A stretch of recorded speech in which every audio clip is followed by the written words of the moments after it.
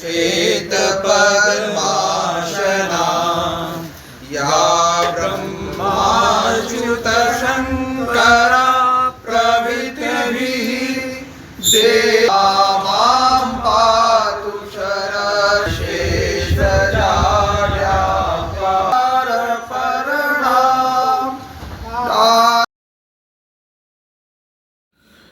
हिंदी दिवस के अवसर पर हिंदी साहित्य भारती के तत्वाधान में रांची में एक भव्य विचार गोष्ठी का आयोजन किया गया। कार्यक्रम की अध्यक्षता हिंदी साहित्य भारती झारखंड के प्रदेश अध्यक्ष अजय राय ने की, जबकि प्रख्यात साहित्यकार डॉक्टर जंग बहादुर पांडे मुख्य अतिथि के रूप में उपस्थित रहे। विचार गोष्ठी में हिंदी भाषा और साहित्य की वर्तमान स्थिति, उनकी चुनौतियों और भविष्य की संभावनाओं पर गहन विचार विमर्श हुआ। वक्ताओं ने कहा कि हिंदी केवल संवाद का माध्यम नहीं, बल्कि हमारी संस्कृति और अस्मिता की धरोहर है। आज आवश्यकता है कि हिंदी को शिक्षा, प्रशासन और व्यवसाय के सभी क्षेत्रों में सशक्त रूप से स्थापित किया जाए। इसकी शुरुआत सरस्वती वंदना से की।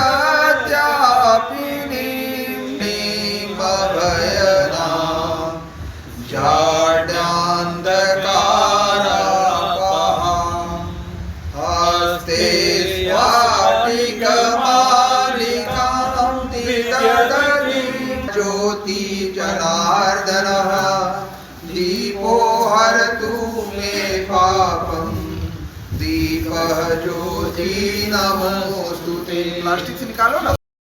हम लोग लेते हुए इसके ज़्यादा से ज़्यादा प्रचार प्रसार हो सके, जो नया जनरेशन, जो नया हमारी पीढ़ी है, उन तक हिंदी भाषा का पूरी तरह प्रचार हो और साथ में इस पे काम हो।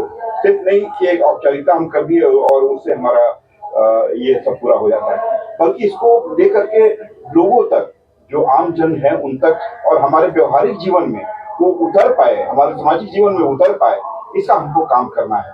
हम उद्योग धंधे सब चीज करते हैं, वहां पर सब जगह इंग्लिश का प्रयोग कर रहे हैं, कहीं कुछ प्रयोग कर रहे हैं, लेकिन हिंदी भाषा का हमारा प्रयोग कहीं नहीं हो पा रहा है। दूसरे प्रदेशों में हम लोग जाते हैं, वहां पर भाषा का बहुत बड़ी समस्या है, लेकिन राष्ट्रभाषा के रूप में अभी तक हम अगर दूसरे किसी देश में जाते हैं तो वहाँ की अपनी एक राष्ट्रीय भाषा है, लेकिन हमारे यहाँ क्या है? तो निश्चित तौर पर हमारे यहाँ भी एक राष्ट्रीय भाषा जो हमारा हिंदी भाषा है, ये लागू होना चाहिए, ताकि कम से कम अपने ही देश में हम एक दूसरे की बातों को नहीं समझ पाते हैं। ये कितना बड़ा दुर्भाग्य है। आज हम आसाम में हमारा जाने का मौका मिला, गुजरात जाने का मौका मिला, तमिलनाडु, पांडिचेरी, कई जगह हमको जाने का, प्रवास करने का मौका मिला है, लेकिन वहां के एक दूसरे से हम कहीं बातचीत नहीं कर सकते हैं, कहीं पर हमारा संवाद नहीं हो सकता है। ये तो हमारे लिए दुर्भाग्यपूर्ण है।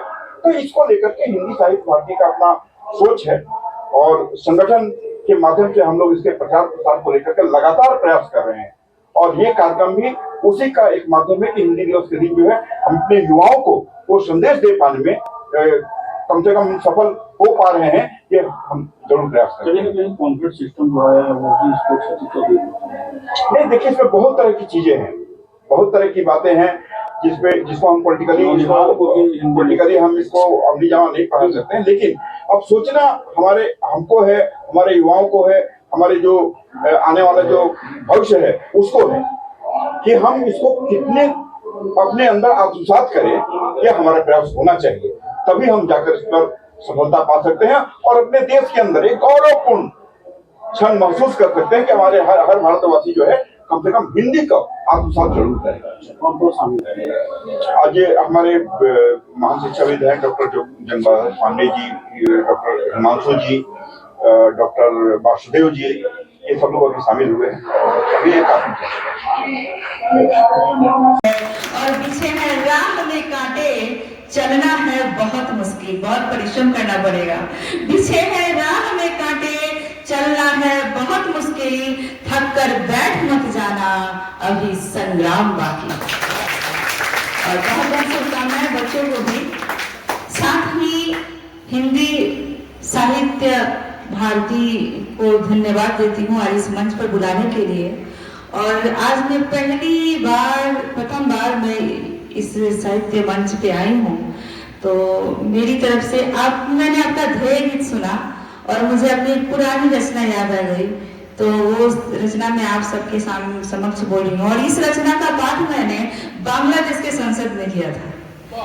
तो क्योंकि वहाँ उर्दू भाषी लोग ज्यादा हैं, बंगाली लोग ज्यादा हैं, मैं सारे भाषाओं का सम्मान करती हूँ, लेकिन हिंदी के लिए कुछ बातें हो रही थी, हिंदुस्तान के लिए कुछ बातें हो रही थी, तो मैंने ये कविता वहाँ पढ़ी थी, तो आप लोगों को समर्पित करती हूँ।